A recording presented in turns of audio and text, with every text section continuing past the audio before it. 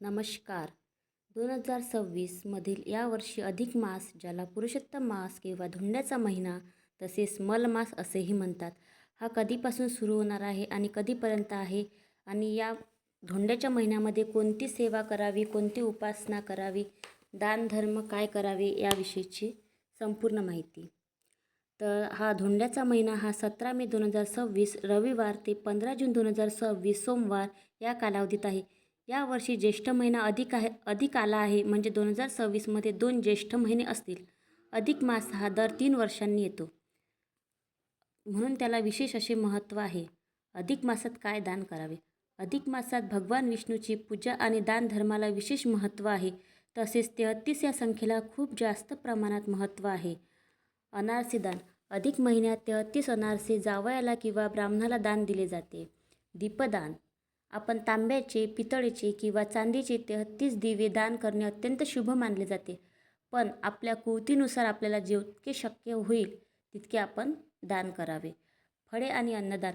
गरजूंना फळे, धान्य, वस्त्र किंवा तांदूळ दान करावे.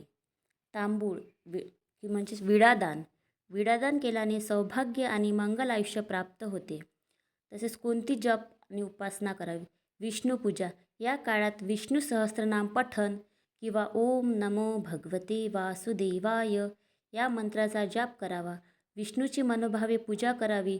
अधिक महिन्यात केलेल्या व्रताचे खूप मोठ्या प्रमाणात महत्त्व आहे, म्हणून अधिक महिन्याला विशेष फलप्राप्ती प्राप्त करणारा महिना असेही म्हटले जाते.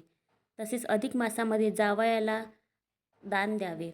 अधिक मासाचे नियम व उपाय. श्री विष्णू पूजा. या महिन्यात भगवान विष्णूची उपासना करावी. विष्णू सहस्त्रनाम वाचन करावे आणि आपल्याला शक्य होईल तेव्हा ओम नमो भगवते वासुदेवाय या मंत्राचा जाप करावा. मांसाहार टाळावा आणि सात्विक असे भोजन करावे. शुभ कार्य करू नये, जसे लग्न, गृहप्रवेश, मुंडन तसेच इतरही कामे करू नये. तसेच धोंड्याचा महिना हा पुण्य करण्यासाठी आणि मानसिक शांततेसाठी उत्तम मानला जातो. या धोंड्याच्या महिन्यात दानधर्म तसेच पूजापाठ करावे, याने विशेष फलप्राप्ती मिळते.